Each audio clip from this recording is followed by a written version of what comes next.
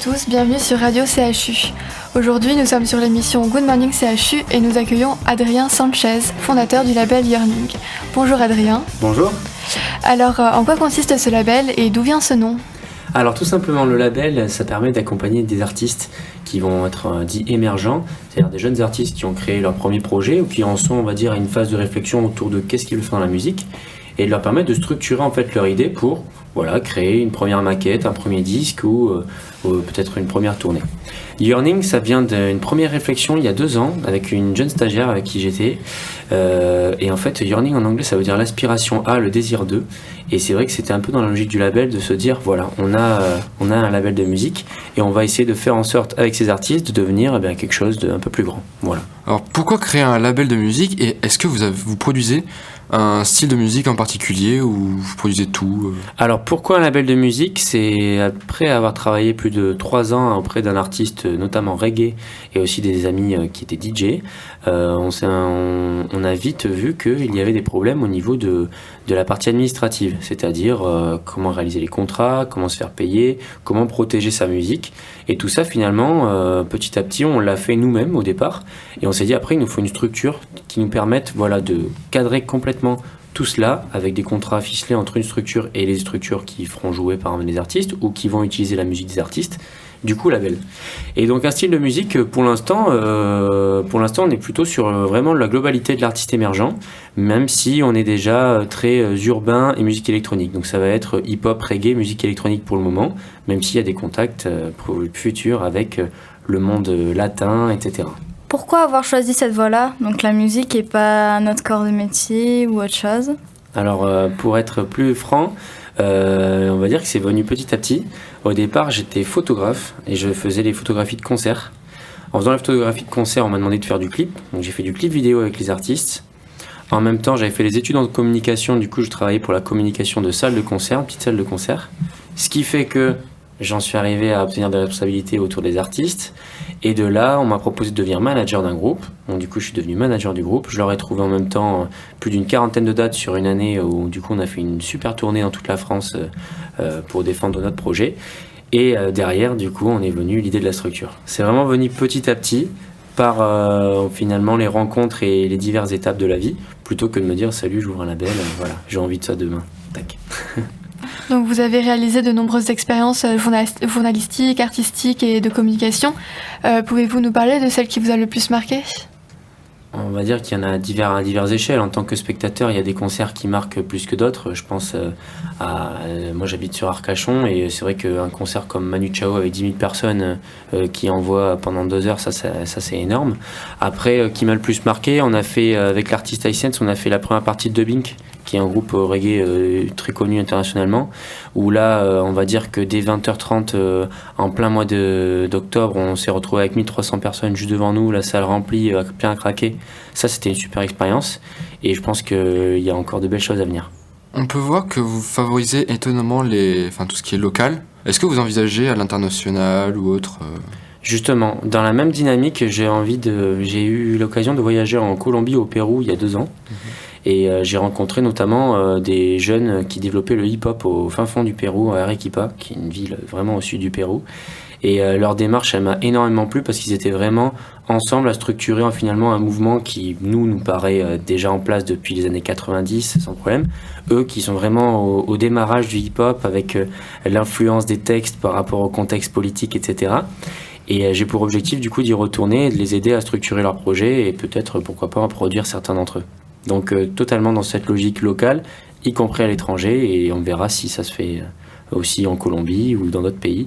On a des contacts aussi avec le Mali, parce que je travaille avec un artiste qui s'appelle Hisense, qui a beaucoup d'attaches au Mali, et on a fait notamment sur son prochain album des featuring avec des artistes du Mali, et on a peut-être l'objectif aussi d'aider des artistes du Mali, de Bamako notamment, à se développer. Donc vous êtes devenu entrepreneur très jeune, à 18 ans. Donc comment avez-vous géré vos études et l'entrepreneuriat ? On va dire qu'il y avait les études, c'était la priorité, et les à côté. Et à côté, je faisais une carrière sportive, parce que j'étais arbitre de football à l'époque. Et en même temps, j'avais cette photographie qui était là, présente tous les jours. Et un jour, à force d'en faire, j'en faisais bénévolement, bien sûr, comme toutes les activités jeunes au départ, où on va donner des coups de main à droite à gauche. Et un jour, il y a un patron d'une structure sur laquelle je travaillais qui m'a dit hey, par contre, si tu as moyen de me faire venir une facture, un jour, je pourrais te payer. Donc là, j'ai vite trouvé la démarche parce que je trouvais que c'était quand même plus intéressant d'obtenir un peu d'argent pour son travail. Et donc j'avais créé à l'époque une auto-entreprise. Et maintenant, on évolue sur d'autres statuts juridiques. Mais c'est vrai qu'il y a des statuts en France qui nous permettent de structurer quelque chose rapidement et à moindre coût. Et c'est quand même des choses qu'il faut souligner. J'ai appris que vous étiez originaire d'Arcachon, vous avez fait vos études à Bordeaux, vous aidez les jeunes artistes locaux. Comment expliquer cet attachement à la région du Sud-Ouest Alors tout d'abord, j'y suis né. Au départ, au niveau de mes études, j'y suis resté pour pouvoir poursuivre ma carrière sportive parce que dès qu'on change de territoire, on doit repartir à zéro ou alors on part pas avec les mêmes, on va dire les mêmes acquis. Donc je suis resté à la base pour ça et après au final c'est de fil en aiguille, j'ai trouvé du travail sur la thèse de Bûche où j'étais animateur multimédia auprès des jeunes mais aussi auprès du coup de tout venant, donc des moins jeunes, des artistes, etc.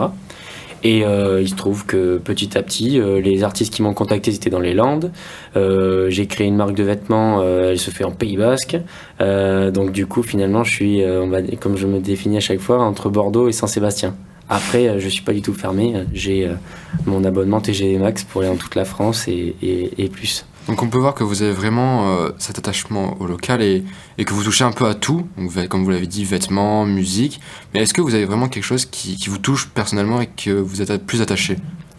Je crois que au-delà d'une fonction, c'est vraiment le côté aider les autres qui est vraiment ma passion, vraiment. Parce que finalement, si on remarque que je pourrais faire toutes ces actions pour moi-même et me dire super, je vais devenir la star de demain, je vais travailler mon propre album, etc. Et en fait, je me rends compte que depuis tout petit, ce qui m'intéresse, c'est d'aider les autres et surtout de leur apporter un plus. Et ce qu'il y a souvent, c'est qu'on voit qu'il y a, notamment auprès des artistes, etc., un manque de confiance souvent.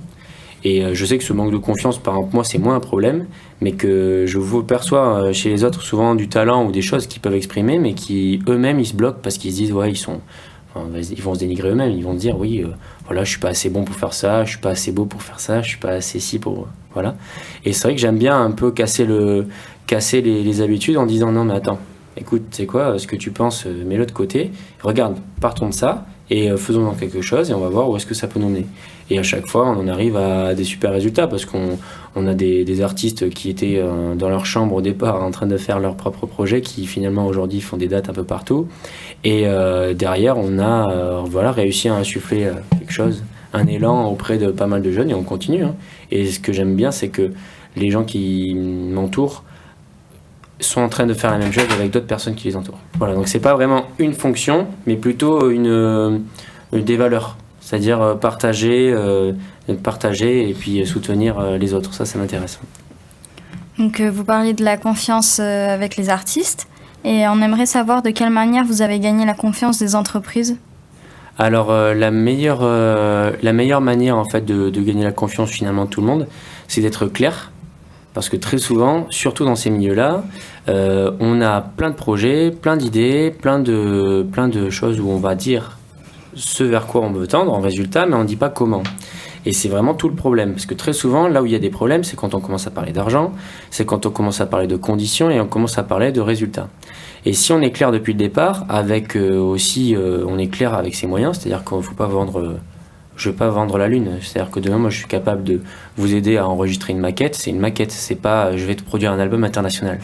Donc du coup, j'ai essayé de garder cette dynamique-là depuis le départ, en étant, on va dire, hyper clair sur ce que je fais et humain après, parce que souvent, ce qui manque, c'est du humain. Et voilà, à partir de ce moment-là, si on tombe sur des gens qui ont la même manière de faire, ça se passe très bien. Après, bien sûr, hein, j'ai pas dit que ça allait marcher avec tout le monde. Il y a des gens avec qui ça se passe pas bien, mais je suis content de pas être avec ces personnes parce que finalement, c'est des personnes on partage pas les mêmes valeurs ni la même vision. Et finalement, chacun est mieux de son côté à fonctionner d'une manière différente. Vous dites que votre but est quand même d'aider les autres et vous avez commencé par la photographie. Comment avez-vous allié les deux, ces deux domaines ? Alors, j'ai fait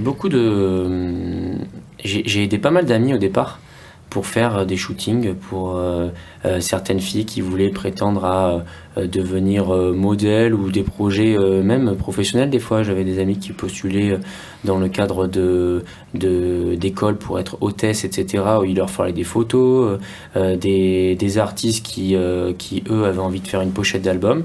Au final, j'ai commencé comme ça. Et c'est comme ça, je pense que j'ai allié les deux, parce que les photos n'étaient pas juste des photos comme aujourd'hui, culture selfie, mais plutôt des photos dans le but d'aider quelqu'un. Donc ça s'est fait naturellement. Est-ce que vous préférez la musique ou la photo, ou c'est vraiment les deux qui sont indissociables? C'est vraiment deux plaisirs différents. C'est-à-dire que très souvent, je vais faire des photos sur les concerts, ce qui me permet d'avoir un autre lien avec l'artiste, plutôt que d'être finalement que dans le public. Après, j'aime aussi avoir des fonctions uniquement dans la musique. Puis des fois, je me retrouve sur scène en DJ ou en second chanteur sur certains projets, où finalement, je m'éclate tout autant. Mais c'est vrai que du coup, ça m'ennuie parce que je me dis, est-ce que je vais avoir des bonnes photos? Donc, c'est vraiment un plaisir différent et dans des contextes différents, mais c'est deux choses que j'apprécie autant, on va dire. Donc, je vois que vous avez apporté des albums. Donc, on aimerait savoir de quel artiste êtes-vous fier ou lequel vous aimeriez nous faire découvrir. Alors, je vous amène des albums pour vous les offrir. Donc, c'est l'album d'iSense. Donc, c'est le premier projet vraiment avec lequel j'ai travaillé sur le long terme. Ça fait 3 ans que je rencontrais les garçons. Au départ, c'était pour leur donner un coup de main pour faire un clip. Au final, aujourd'hui, je suis manager d'iSense. J'organise la tournée du groupe. On met en place un premier album. Là, on a fait un EP en 2017, celui que je vais vous offrir, qui s'appelle Cycle, où il y a 6 titres. Le premier vraiment projet qu'on a structuré avec des instrumentales que l'on a produits ici entre Bordeaux et au Big Rat Studio qui se trouve du côté de Libourne et à Vieux-Bocaux, là où habitait du coup tout le groupe à l'époque. Qu'est-ce qu'il y a de plus? Derrière, aujourd'hui, on en est un album de 14 titres qui va sortir en mars, donc c'est quand même hyper intéressant. Derrière, je travaille aussi avec un projet qui s'appelle Demain Matin. C'est 2 artistes autodidactes, autoproduits, qui eux font du new funk. C'est un mix entre house et funk.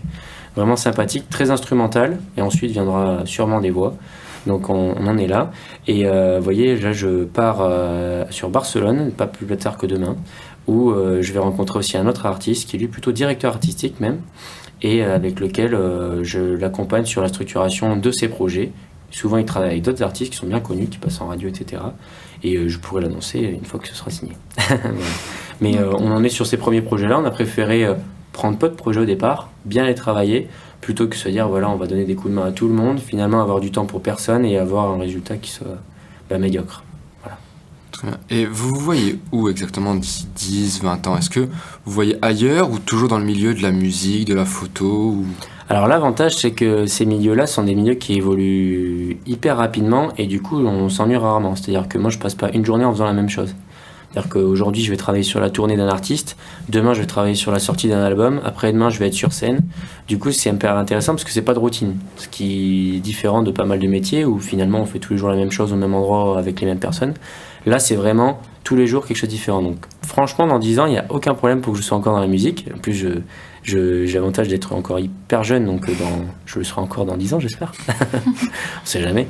Mais dans l'idée, dans 10 ans, moi, si je peux être à un autre niveau, c'est-à-dire, par exemple, aujourd'hui, on travaille avec des niveaux régionaux, mais faire en sorte que ces artistes ont pris une ampleur nationale, voire internationale, et qu'on puisse continuer de vivre de ce projet-là et travailler sur ces projets-là, moi, ça me va complètement. Et avec les mêmes personnes, sans aucun problème. Donc merci Adrien Sanchez, fondateur du label Yearning, d'être venu. On vous souhaite bonne continuation. Merci d'avoir écouté À demain même heure pour une nouvelle émission.